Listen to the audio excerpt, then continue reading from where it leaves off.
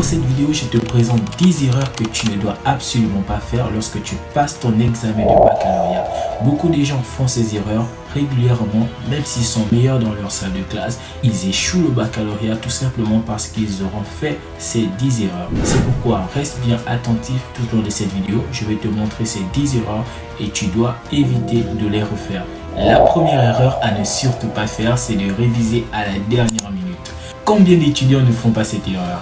Ils jouent tout le long de l'année scolaire, ils s'amusent, ils sortent, ils vont au bar, ils vont jouer au football avec des amis, ils vont au café, ils vont dans plein d'endroits et pensent pouvoir régler tous leurs problèmes à la dernière minute. Il faut savoir ce que vous voulez, mettez la distraction de côté et courez vers ce que vous savez que ça peut vous aider dans des années à venir. Ne pense pas qu'il y aura un miracle du ciel qui va tomber comme par un claquement des doigts ou du coup du jour au lendemain, tu vas pouvoir réviser tout ce que vous avez appris pendant toute l'année scolaire, apprendre ça en 2 jours ou en 1 semaine d'examen. C'est vraiment trop lourd pour toi et c'est peut-être pas la meilleure façon d'aborder un examen.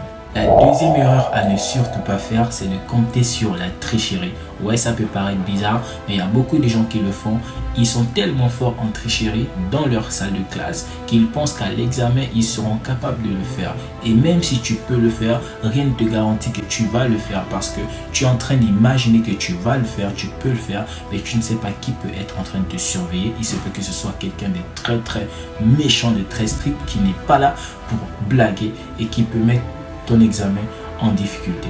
Ça peut te valoir des poursuites judiciaires alors que tu aurais tout simplement pu réviser tes cours et réussir ton examen. Te voilà te retrouver en prison parce que tu aurais tellement eu confiance en toi que tu sais tricher. C'est pourquoi absolument pas faire.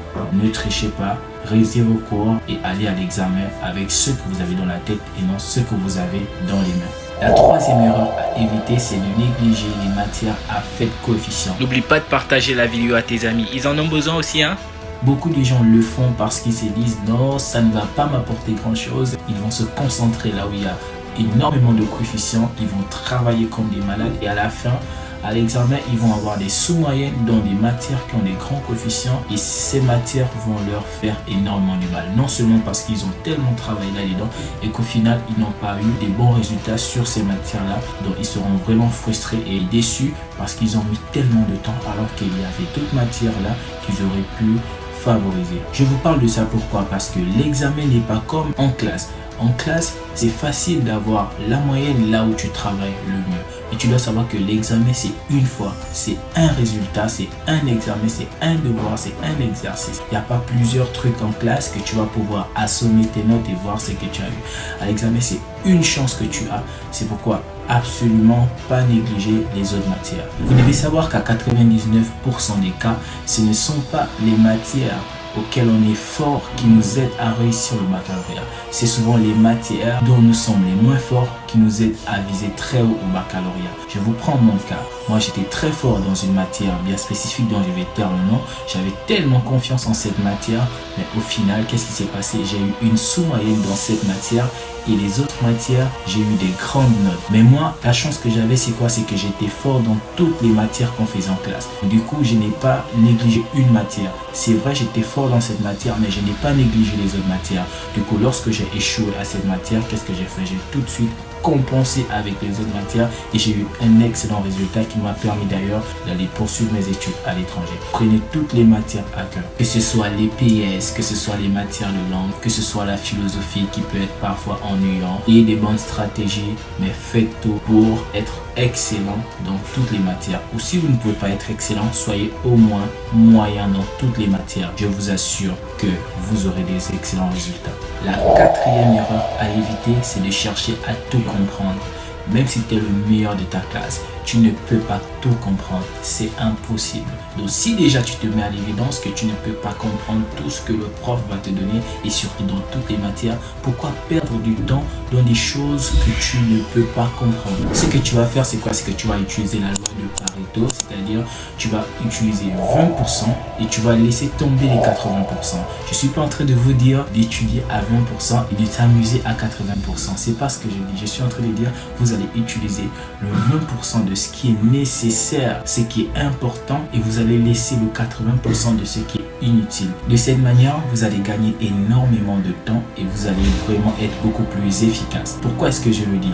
Parce que les professeurs, lorsqu'ils font cours en classe, il y a des choses sur lesquelles ils insistent énormément. Il y a des choses qui viennent régulièrement dans les exercices et les autres choses qu'on vous montre au cours et qui ne viennent jamais dans les exercices. Pourquoi aller te concentrer à réviser des heures et des heures, des choses que déjà c'est dur à comprendre et dont tu es sûr et certain, toi-même tu es sûr que ça ne peut pas venir. Évite de faire ça et concentre-toi sur les 20% des choses les plus efficaces et tu vas gagner beaucoup plus de temps et tu seras beaucoup plus productif. La cinquième erreur à ne pas faire, c'est de lire juste tes cours et ne pas mémoriser. C'est un vrai danger. Il y a des gens qui sont tellement paresseux, ils n'aiment pas mémoriser les cours, ils veulent juste lire. Si tu veux être du genre à lire seulement tes cours, fais-le depuis le début de l'année.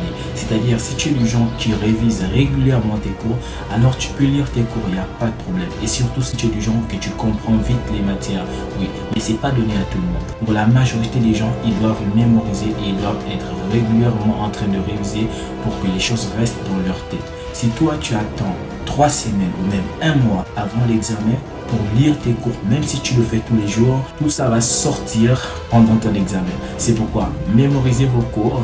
Et quand je dis mémoriser, ne mémorisez pas tout le cahier. Comme je vous l'ai dit, mémorisez les 20% qui sont essentiels et laissez complètement les 80% dont vous êtes sûr et certain que c'est une perte de temps pour vous. La 6e erreur à ne pas faire, c'est de négliger les TD et les exercices que les professeurs vous donnent. Vous négligez le plus souvent les TD et les exercices parce que peut-être c'est tellement nombreux et c'est peut-être incompréhensible. Mais si vous travaillez le plus souvent dans vos TD, vous aurez souvent à moins réviser vos cours. Si tu travailles beaucoup plus les TD, tu n'as pas besoin de trop réviser les cours et tu seras plus efficace qu'en étudiant les cours et en ne traitant pas les TD. C'est pourquoi, surtout, ne néglige pas les TD. Si le prof te donne les TD, essaie de les traiter chez toi. Va voir le professeur si tu n'as pas compris. Va voir tes amis qui sont meilleurs dans les matières en question pour comprendre. Parce que je t'ai dit, 70% de ce qui est dans les TD, c'est ce qui vient à l'examen. Surtout, prends au sérieux les TD que les professeurs vous donnent. Ça va t'aider à gagner en temps et à moins réviser tes cours. La 7e erreur qu'il ne faut pas faire, c'est de négliger les fiches de révision. Oh, comme les fiches de révision sont une aide importante pour maximiser tes études. En effet, lorsque tu fais des fiches de révision, tu n'as plus besoin de ton cahier de cours. Je t'assure, chaque cours que tu vas faire, prends une fiche et note l'essentiel du cours et tu n'auras besoin que de cette fiche-là. Regardez, nous sommes tous d'accord que lorsque vous lisez vos cours dans le cahier de cours, il y a tellement de pages et parfois ça devient ennuyant, ça devient fatigant juste en voyant ce grand cahier et tous ces cours-là, vous n'avez même plus envie de réviser. Or, les fiches de révision vous aident à pallier ce problème. Parce que lorsque tu fais une fiche de révision déjà, tu vas reprendre la plupart des expressions qui sont déjà dans le cahier de cours. Donc, ça te permet déjà d'essayer de comprendre ce qui est écrit. Et en plus, tu vas noter tout ce qui est essentiel. Du coup, tu pourras maximiser toute ton énergie dans les fiches de révision en mémorisant tes fiches de révision qui seront très courtes. Et en plus, tu n'auras plus besoin d'aller regarder ton cahier. Il te suffira juste d'avoir un endroit où tu poses tes fiches de révision pour chaque matière. Tu poses ces fiches-là, tu prends seulement, tu lis. Tu peux facilement lire ça à tout moment, quand tu veux, pour garder les idées fraîchement dans ta tête. Donc, ne laisse plus tomber les fiches de révision, ça va énormément t'aider. Et peu importe les matières, tu peux te servir des fiches de révision pour noter les formules en mathématiques, en sciences physiques, en SVT. Toutes ces matières qui ont énormément de formules, les fiches de révision peuvent t'aider à dresser toute une liste de formules. Et dans cette liste de formules, tu pourras tout simplement mémoriser ces formules sans avoir autour de toi tout un tas de choses écrites qui peuvent t'embrouiller davantage. C'est pourquoi les fiches de révision.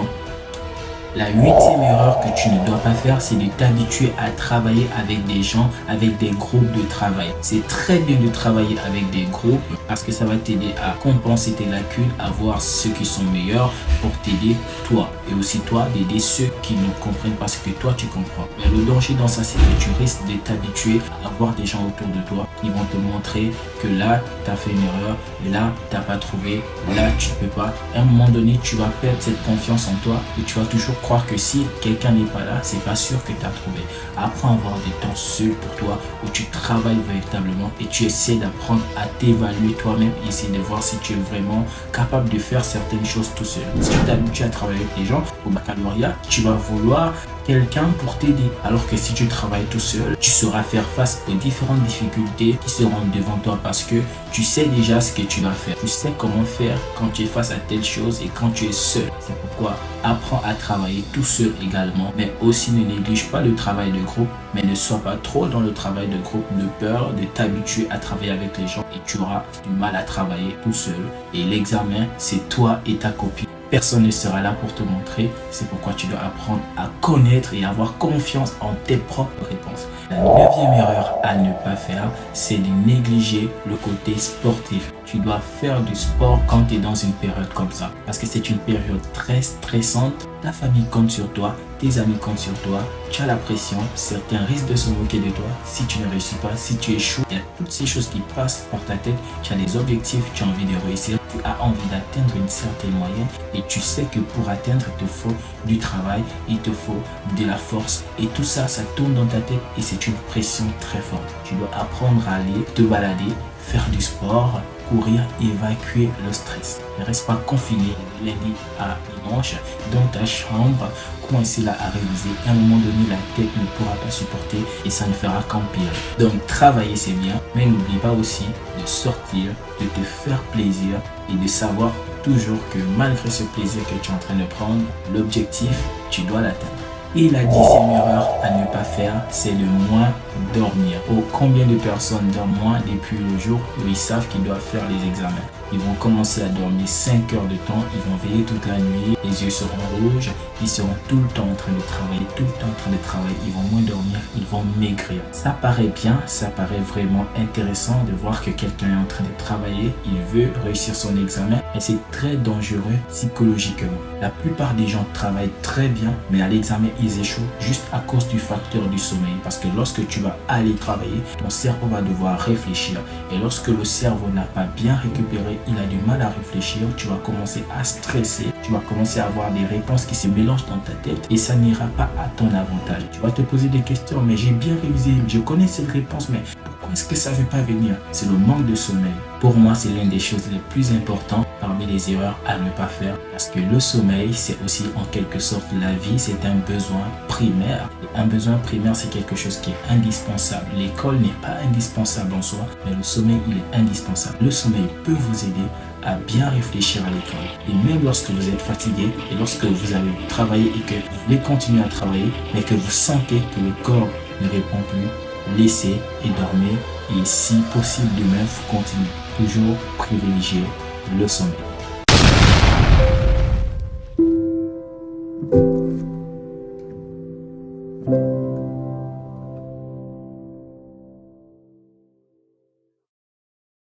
Voilà les amis, c'est tout pour cette vidéo. Ça me fait plaisir de vous partager ces 10 erreurs parce que moi j'ai fait quelques erreurs et d'autres en ont fait également. Et pour que toi tu ne sois pas parmi ces personnes qui vont faire ces erreurs, je voulais vraiment te les partager et je sais que le baccalauréat il est dans quelques jours, alors tu te dois d'aller arracher ce baccalauréat. Sois-en sûr, ce n'est pas sorcier, nous l'avons fait, tu peux le faire.